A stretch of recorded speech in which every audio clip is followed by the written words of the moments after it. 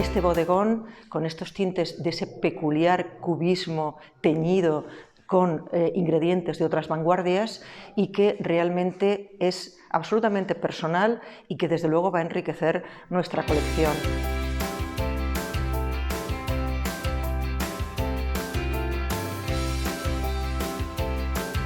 Tenemos la ocasión de recuperar la obra de un artista que estuvo en el museo una vez, que estuvo con un bodegón en el museu una vez y luego por la misma dinámica del museu dejó de estar aquí. El Museu d'Art Contemporani de Vilafamés és un espai de referència per l'avantguarda més actual, no? D'aquest segle XX i el començament del segle XXI, d'un art emergent i també d'un art consolidat arreu de l'arc mediterrani. I en aquest sentit, a les portes del centenari del pintor Maties Palau-Ferrer, volíem que Palau-Ferrer tornés a ser en aquest Museu d'Art de Vilafamés, on de fet ja havia estat amb un bodegó al llarg dels anys 80 i 90. En aquest sentit, 2 dècades després, ens feia molta il·lusió per part de la família que el pintor, escultor i ceramista Maties Palau-Ferrer, amb un dels seus bodegons característics de la seva primera etapa dels anys 40 i 50, pogués tornar a ser en aquest espai de referència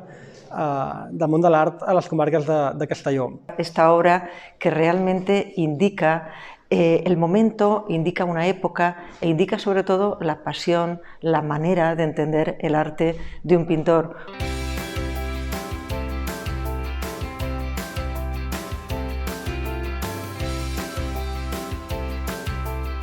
El Museu de Vilafamés és una de les grans apostes culturals que tenim a les comarques de Castelló i especialment a l'interior, i la seva trajectòria és impecable i a més ha servit per a poder posar en valor l'obra de grandíssims autors i autores i en aquest cas, a més, engrandeix la seva col·lecció, engrandeix la seva proposta amb una obra de Palau-Ferrer, un artista que a més ha tingut uns valors, ha vinculat els valors del seu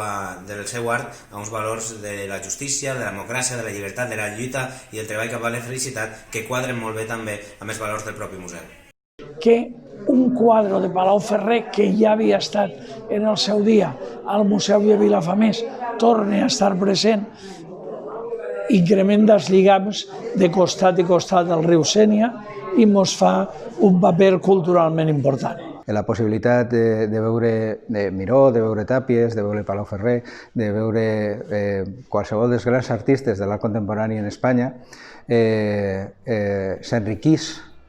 quan les pots veure acompanyades d'un edifici tan singular com aquest, però sobretot acompanyades d'altres artistes que en distintes generacions aporten y dialoguen. Y simplemente pues daros las gracias también a quien ha posibilitado que esta obra esté aquí ahora y a partir de este momento